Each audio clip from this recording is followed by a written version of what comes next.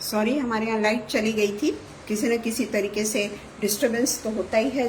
5 minute के लिए light जाती है पर वो पूरे तरीके से डिस्टर्ब कर देता है।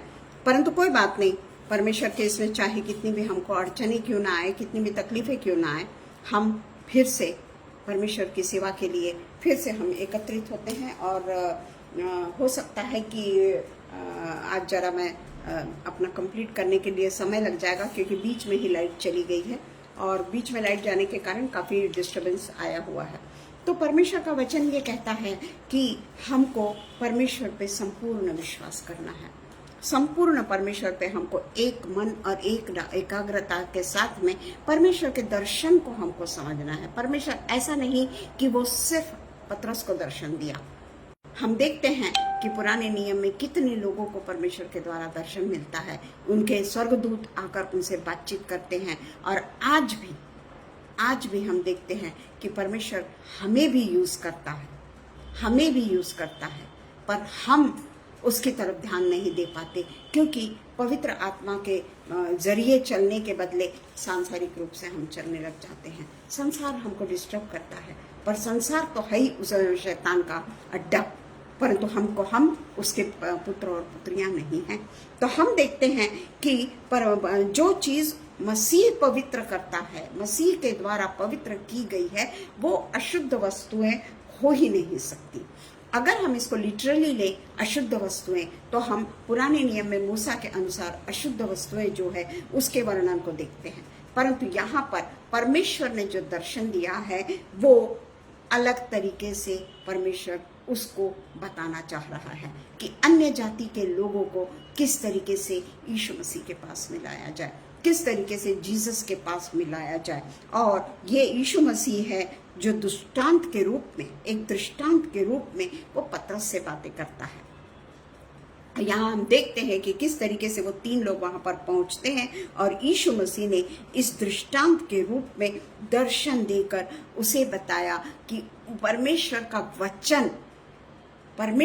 वचन जो हमको चबा चबा कर खाना है, जो मीठा है, स्वादिष्ट है। और परमेश्वर के वचन में शांति है, परमेश्वर के वचन में छुटकारा है, और परमेश्वर के वचन से हमें परमेश्वर के राज्य में प्रवेश है। तो हमको उसके अर्थ को समझना है, और उसका अर्थ हम तभी समझ पाएंगे जब हम परमेश्वर के पवित्र आत्मा से एक रूप होंगे। जिस तरीके से पति और पत्नी अलग अलग घरों से आते हैं, परंतु वो पति और पत्नी अलग अलग घरों से आते हैं, एक दूसरे को नहीं पहचानते, पर वे जीवन साथी बन जाते हैं, क्योंकि परमेश्वर की वो योजना होती है। परमेश्वर ने उनको जीवन साथी के रूप में बनाया होता है, और वे एक दूसरे के साथ में काफी यानी फेथफुल रूप से मरते दम तक परमेश्वर के शिक्षाओं के अनुसार, परमेश्वर के विचारों के अनुसार, परमेश्वर जिस तरीके से उनको जीना सिखाता है उसके अनुसार वे जीवन को जीते हैं। तो यहाँ पर हम देखते हैं कि फलों को या खाने पीने की अशुद्ध वस्तुओं के बारे में हम विचार करते रहते हैं कि कौन सी चीज खाना चाहिए, कौन सी नहीं खाना चाहिए, कौन सी वर्जित है, कौन सी नहीं वर्जित है। ये तो परमेश्वर का वचन बोलता है कि जो कुछ तुम संसार में खाते हो वो तो निकल जाता है। तो इसीलिए यहाँ पर हम देखते हैं कि जो हम विचार करते हैं वो अपनी जिंदगी में कभी खरा नहीं उतरता।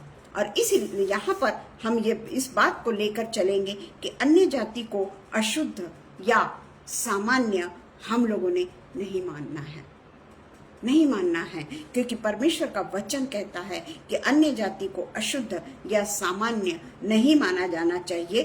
तब वे निष्कर्ष पर ये पहुंचते हैं कि विश्वास करने वाले खतना रहित अन्य जातियों को बपतिस्मा लेना चाहिए।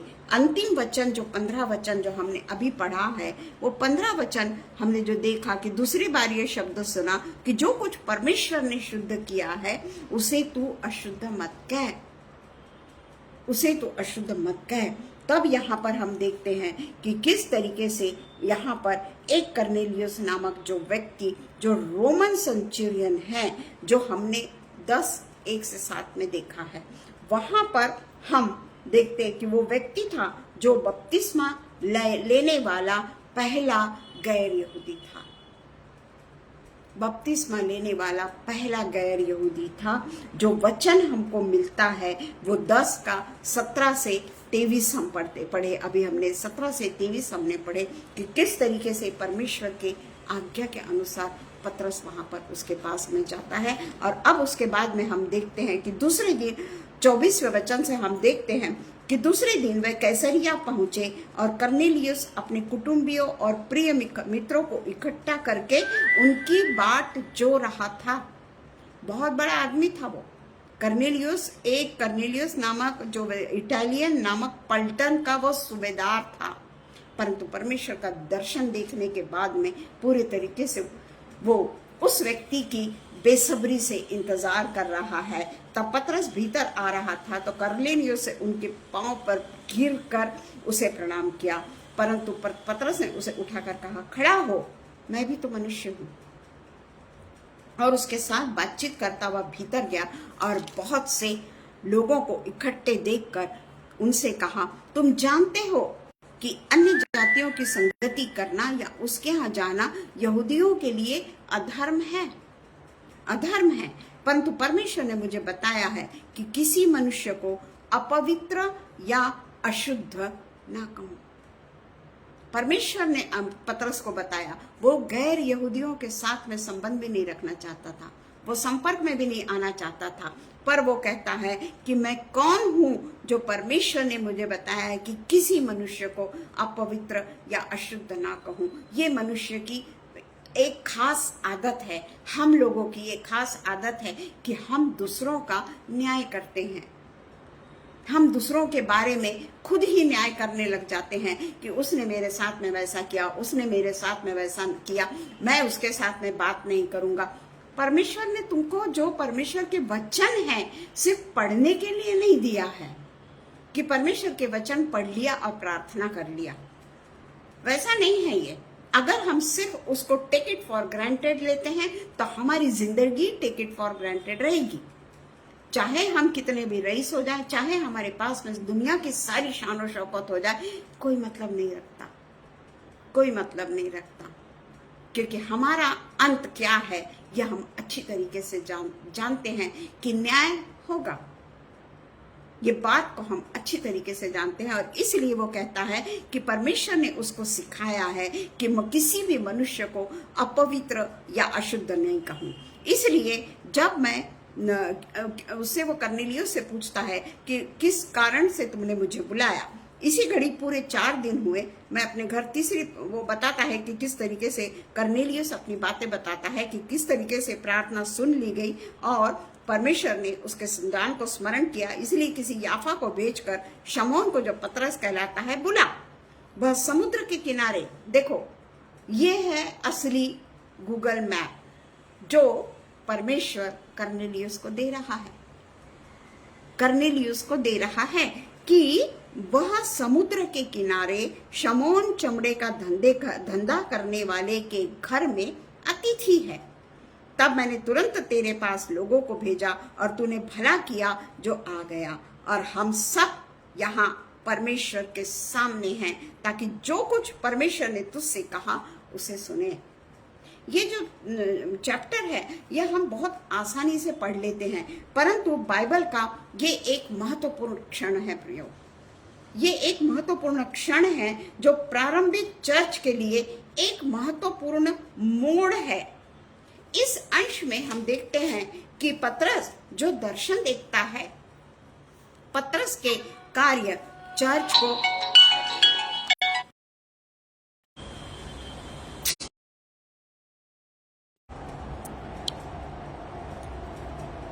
डिस्टर्बेंस बहुत है क्योंकि मैंने बंद नहीं किया है, सॉरी। तो हम देखते हैं कि गैर यहूदियों के प्रति खुलेपन और सभी लोगों के प्रति परमेश्वर की स्वीकृति को प्रदर्शित करता है, चाहे वो परमेश्वर के जन हैं या वह परमेश्वर के जन नहीं है। परमेश्वर जिनको चुनना चाहता है वो बराबर उसको चुनता है। वो लाख उससे दूर भागना चाहे, वो लाख उससे दूर भागना चाहे, पर परमेश्वर ने अगर उसको बुलाया है तो परमेश्वर उसको चुनेगा, जरूर चुनेगा। कितने साल क्यों ना हो जाए, हो सकता है कि वो बुढ़ापे में चुने, हो सकता है कि पूरी जिंदगी गुजरने के बाद में आखिरी पल में चुने, पर परमेश्वर का अगर कोई योजना किसी व्यक्ति के लिए है तो वो परमेश्वरीय योजना है, मनुष्य की योजना नहीं है कि असफल हो जाए। परमेश्वर अपने समय पे बराबर काम करता है, मनुष्य नहीं कर पाता। तो यहाँ पर हम देखते हैं कि वचन, हम देखते हैं कि 28वां वचन अब क्या कहता है। 28वां वचन जब हमने देखा कि कर्नेलियुस के पास में जब वो आता है तो कर्नेलियुस उसे बताता है कि किस तरीके से उसने दर्शन को देखा है, और उसके साथ का वार्तालाप अभी हमने पढ़ा है। उसके बाद में पतरस ले जब चादर में ऐसे, तब वो दर्शन का अर्थ उस समय, वो 12वें इसमें जो दर्शन देखता है उसका अर्थ वो उस समय नहीं समझ पाया था, पर जब वो आगे कर्नेलियुस से भेंट करने को आता है, कर्नेलियुस से जब बातचीत होती है, तब वो समझता है कि परमेश्वर ने उसे दर्शन में क्या बतलाया था। परमेश्वर की योजना को तब समझता है वो, जब कर्नेलियुस उससे बात करता है तब वो उसकी योजनाओं को समझ पाता है। परमेश्वर की योजनाओं को समझना आसान नहीं है, पर परमेश्वर ने अगर हमको दर्शन दिया है तो उसका वो स्पष्टीकरण भी हमको देता है, बताता है वो कि वो क्या चाहता है हमसे। अगर हमारे बीच में पवित्र आत्मा है तो हम ये समझ पाएंगे कि हमको किसी के साथ में कोई भेदभाव नहीं रखना है, किसी के साथ में हमको किसी भी, चाहे हमें कोई भी तकलीफों से क्यों न गुजरना पड़ रहा हो, बहुत सारे अवहेलनाओं से क्यों न गुजरना पड़ रहा हो, क्योंकि परमेश्वर के लोगों के लिए कोई भी बात आसान नहीं होती, उन्हें बहुत तकलीफों से गुजरना पड़ता है। वो सोचते हैं कि परमेश्वर हमने तो तेरे साथ में इतना किया, पर फिर भी आज हम तकलीफ में हैं। पर वही जिंदगी, कांटों से भरी हुई जिंदगी जो यीशु मसीह ने हमारे लिए सही, वही जिंदगी हमको सहना है। और शुद्ध और अशुद्ध चीजें तो अब नहीं सही, क्योंकि यीशु मसीह ने ये सारी अशुद्ध चीजें जो मनुष्य सोचता है, वो सारी अशुद्ध चीजें जो मनुष्य के मन में, ये अशुद्ध है, वो अशुद्ध है, ये व्यक्ति वैसा है, वो व्यक्ति, हम जजमेंट करने लग जाते हैं। हम आज भी जजमेंटल हैं। हमसे कोई भी थोड़ा भी अगर कुछ ये हो जाए, हम उसका न्याय करने लग जाते हैं। आज भी हम बाइबल पढ़ते हैं, अभी मैंने पतरस के बारे में पढ़ा, अभी मैंने कर्नेलियुस के बारे में पढ़ा, पर अगर किसी ने मुझे थोड़ा भी ठेस पहुंचाई या कुछ भी मुझसे कहा, मेरे मन में चाहे टाइम बीइंग क्यों ना हो, टाइम बीइंग क्यों ना हो, क्योंकि उसके बाद परमेश्वर मुझसे बात करता है कि मैंने जो कुछ कहा वो हो नहीं सकता, नहीं हो सकता, और मैं वो स्टेप को नहीं उठाती हूँ, पर बोल तो देती हूँ। पर परमेश्वर उस समय भी अपने प्रियजनों को ध्यान में रखता है। वो कभी भी किसी अशुद्ध वस्तुओं में अपने प्रियजनों को नहीं फंसाना चाहता, नहीं फंसाना चाहता। Praise the Lord sister, praise the Lord praise दीदी। तो यहाँ पर हम देखते हैं कि किस तरीके से खुद यीशु मसीह एक मनुष्य के रूप में यहाँ पर आए, क्योंकि वो जानते थे कि पुराने नियम के, प्रेज द लॉर्ड भैया, प्रेज द लॉर्ड, पुराने नियमों के अनुसार हमारा छुटकारा नहीं, हमारी उद्धार नहीं। और यीशु मसीह को उसने इस दुनिया में भेजा, अपने से अलग करके इस दुनिया में उसने यीशु मसीह को भेजा। क्यों? ताकि वो हमारे लिए अपनी जान को दे दे। उसने कोई गलती नहीं की थी। हम जजमेंटल हैं। मेरे साथ में उसने ऐसा किया, मैं उसके साथ में कभी बात नहीं करूंगी, मैं उसके साथ में कोई संबंध नहीं रखूंगी। हम होते कौन हैं किसी का जजमेंट करने वाले? यहाँ पे जब हम देखते हैं हमारे मसीह ने हमारे लिए क्या किया, क्या वो हमारे लिए जजमेंटल था? अगर वो हमारे लिए, वो तो निष्पाप था, वो निष्पाप मेमना था, परंतु उसने हमारे लिए अपनी जान की बाजी तक लगा दी। बुरे तरीके से कुचला गया। कई बार पढ़ते हैं हम यशाया 53, कई बार पढ़ते हैं हम। हमारे सिर्फ पढ़ना और उसको आत्मसात करना, ये दोनों बातें अलग अलग है। मनुष्य के रूप में गुस्सा आता है, मनुष्य के रूप में चिढ़ उत्पन्न होती है, पर कुछ देर बाद जब परमेश्वर देखता है कि अब ये शांत हुआ है, परमेश्वर फिर से हमारे जीवन में कार्य करने लगता है। शैतान को अलग करके वो फिर से हमारे बीच में आ जाता है और वही मनुष्य के रूप में हमारे दुनिया में आया और निष्पाप होने के बावजूद भी खुद का बलिदान किया, खुद का बलिदान कर दिया और सारी व्यवस्था से हमको स्वतंत्र कर दिया। अगर हम व्यवस्था में रहते तो हम व्यवस्था में ही घिरे रहते। ऐसा करने से ऐसा होगा, वैसा करने से वैसा होगा, यूं करने से परमेश्वर क्रोधित होगा, त्यों करने से परमेश्वर हमसे नाराज हो जाएगा। परंतु हमारा मसीह जो हमारे लिए, हम पापियों के लिए इस जीवन में आकर अपनी कुर्बानी देता है। और यहाँ पर हम बताते हैं कि किस तरीके से 3.5 वर्ष वो रहकर भी, पतरस के साथ में रहकर भी पतरस उसे समझ नहीं पाया। 12 चेलों ने उसके साथ को छोड़ दिया, 12 में से यहूदा को छोड़ दीजिए आप। 11 लोग छिप के बैठ गए, जबकि ये 3.5 साल तक पतरस यीशु मसीह के साथ साथ में रहा और वो इतना एक्साइटेड होता था कि किसी भी बात में बहुत जल्दी एक्साइटेड होता था कि मुझे भी पानी पे चला, मुझे भी तू मछली पकड़ना सिखा। परमेश्वर कहता है कि तुझे मैं बहुत सारी मछलियां को पकड़वाऊंगा तेरे द्वारा। उस समय पतरस नहीं समझ पाता है, परंतु आगे हम प्रेरितों के काम में किस तरीके से वो चेलों के जीवन में परिवर्तन होता है और वो 12 चेले किस तरीके से फिर से परमेश्वर की सेवा में निकल पड़ते हैं, अनगिनत तकलीफों के साथ में। यीशु मसीह के भी तकलीफों से ज्यादा वो लोग तकलीफों को सहते हैं। और यहाँ पर हम देखते हैं कि किस तरीके से बाद में वो आज्ञाओं का पालन करना सीखते हैं। और हम यहाँ पर फिर से हम अब देखते हैं कि अन्य जातियों पर पवित्र आत्मा का उतरना। यहाँ पे पतरस को दर्शन मिला है, यहाँ पे कर्नेलियुस को दर्शन मिला है और पहला गैर यहूदी जो परमेश्वर में आता है वो कर्नेलियुस है। और उसके लिए परमेश्वर यीशु मसीह पतरस को चुनता है।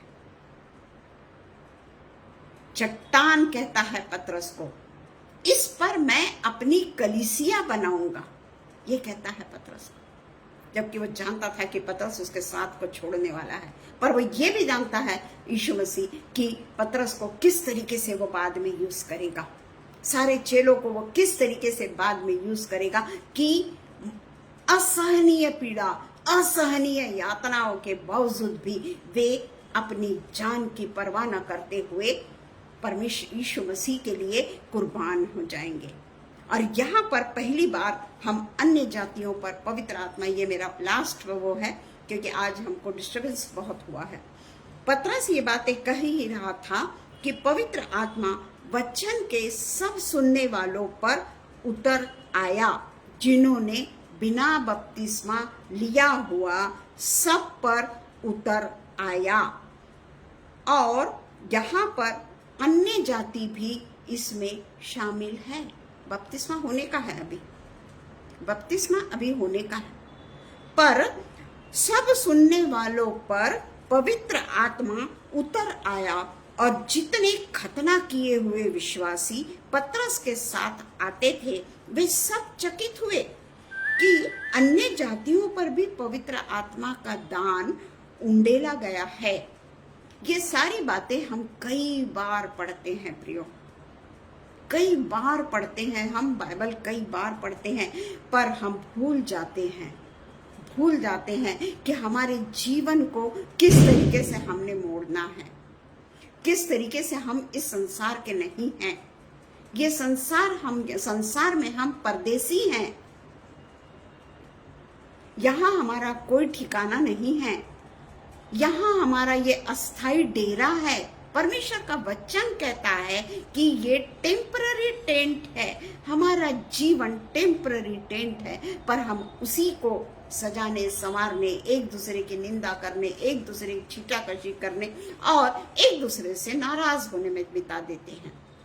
बाइबल भी पढ़ रहे हैं, बाइबल भी पढ़ रहे हैं, पर हम अपनी इच्छाओं को भी पूरी करते चले जा रहे हैं और उसमें हम अपने आप को बहुत ज्यादा गर्व फील महसूस करते हैं, जबकि बाइबल पढ़ने के बाद में हम ये नहीं समझ पाते कि इसमें गर्व करने लायक क्या बात है।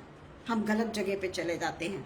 पर यहाँ पे जो पवित्र आत्मा का दान उंडेला गया, क्योंकि उन्होंने उन्हें भांति भांति की भाषा बोलते अन्य जातियों का, हाँ मैं अन्य जातियों के बारे में पढ़ रही हूँ, ये कि भाषा बोलते परमेश्वर की बढ़ाई करते सुना। इस पर पतरस ने कहा, क्या कोई जल को रोक सकता है? यहाँ पे देखिए पतरस पूरे होशो हवास में अब आया है कि जो दर्शन उसे मिला है उसको वो पवित्र आत्मा के कारण पूरे तरीके से समझ पाया है, और एक नए व्यक्ति के पास में जाकर किस तरीके से वो बपतिस्मा देता है और उसके बाद में कहता है कि कोई जल को कोई रोक सकता है कि ये बपतिस्मा ना पाए? जिन्होंने हमारे सामने पवित्र आत्मा को पाया है और उसने आज्ञा दी कि उन्हें यीशु मसीह के नाम से बपतिस्मा दिया जाए। किसके नाम से हमने बपतिस्मा लिया है प्रियो? हम सब बैप्टाइज्ड है ना, है ना? कई लोग छुटपन में बपतिस्मा लिखते हैं, कई लोगों का कई मिशन ऐसे होते हैं कि जब पूरे तरीके से हम होशो हवास संभालते हैं उसके बाद में बपतिस्मा होता है। जब तक हम सेपरेट नहीं किए जाते पानी के अंदर जाकर, जब तक हम शुद्ध नहीं होते, हम परमेश्वर के जन नहीं कहलाते। पर हम पानी के अंदर जाने के बाद में पुराने मनुष्यत्व को मारने के बजाय हम पुराने मनुष्यत्व के साथ ही नया जन्म पाते हैं। तो वो नया जन्म कैसे हुआ? क्योंकि हम में तो वो पुराना मनुष्यत्व कूट कूट के भरा हुआ है। आज भी हम में वो नया मनुष्यत्व नहीं आया है। तो हम कैसे कह सकते हैं कि हम पुनर्जीवित परमेश्वर के साथ में मैं फिर से पुनरुत्थित हुआ? यहाँ पे वो सीधा कहता है कि बपतिस्मा न पाए जिन्होंने हमारे समान पवित्र आत्मा पाया है, और उसने आज्ञा दी कि उन्हें यीशु मसीह के नाम से बपतिस्मा दिया जाए। तब उन्होंने उसे विनती की कि वह कुछ दिन और उसके साथ में रहे। बहुत इंपॉर्टेंट है प्रियो, किस तरीके से कर्नेलियुस ने बपतिस्मा लिया, कैसे इतना बड़ा पलटन का सरदार उसका बदलाव हुआ। हमारा बदलाव हुआ है, पर क्या हम सचमुच में मनुष्यत्व, अपना जो पुराना मनुष्यत्व है उससे हमने तौबा की है? हमने क्या नए मनुष्यत्व को पहना है? आज हम अपने ईगो को छोड़कर, क्या सचमुच में हमने अपने ईगो को छोड़ा है? ये हमारे लिए आज चैलेंज है, ये हमारे लिए आज चैलेंज है कि हम कहाँ हैं। हम अपना स्वयं अध्ययन कर सकते हैं। परमेश्वर ने हमको चुना है, हम परमेश्वर के जन हैं क्योंकि हमने बपतिस्मा लिया है। जिसने बपतिस्मा लिया है वो परमेश्वर का चुना हुआ जन है। पर क्या सचमुच में मैं चुनी हुई हूँ कि मैं अभी भी अशुद्ध चीजों को ग्रहण कर रही हूँ? जिसे परमेश्वर ने अशुद्ध कहा उस चीज को क्या मैं ग्रहण कर रही हूँ? यह हम सब के लिए एक ओपन चैलेंज है। आइए हम प्रार्थना करें। धन्यवाद हो पिता, धन्यवाद हो पिता, धन्यवाद हो पिता परमेश्वर। आपकी महिमा, आपकी तारीफ, आपका पिता परमेश्वर जलाल हम आपके वचन के द्वारा देखते हैं पिता परमेश्वर। पिता परमेश्वर, हम इस दिन संसार में रह के अपने आप को पूरे तरीके से संसार में लिप्त हो जाते हैं पिता। संसारिक अभिलाषाएं, संसारिक अभिमान, संसारिक चीजें, सांसारिक दुश्मनी, सांसारिक मनमुटाव हमारे साथ साथ में चलता है प्रियो। पिता परमेश्वर, मैं मेरे लिए ये प्रार्थना करती हूँ पिता परमेश्वर कि मुझे इन सब बातों से दूर कर। कई बार पिता परमेश्वर क्षणिक क्रोध के कारण मैं आपको दुखी करती हूँ पिता परमेश्वर। मैं जानती हूँ पिता परमेश्वर कि जब किसी को हम सबको आपने चुना है, आप हमें अपने से अलग नहीं होने देना चाहते।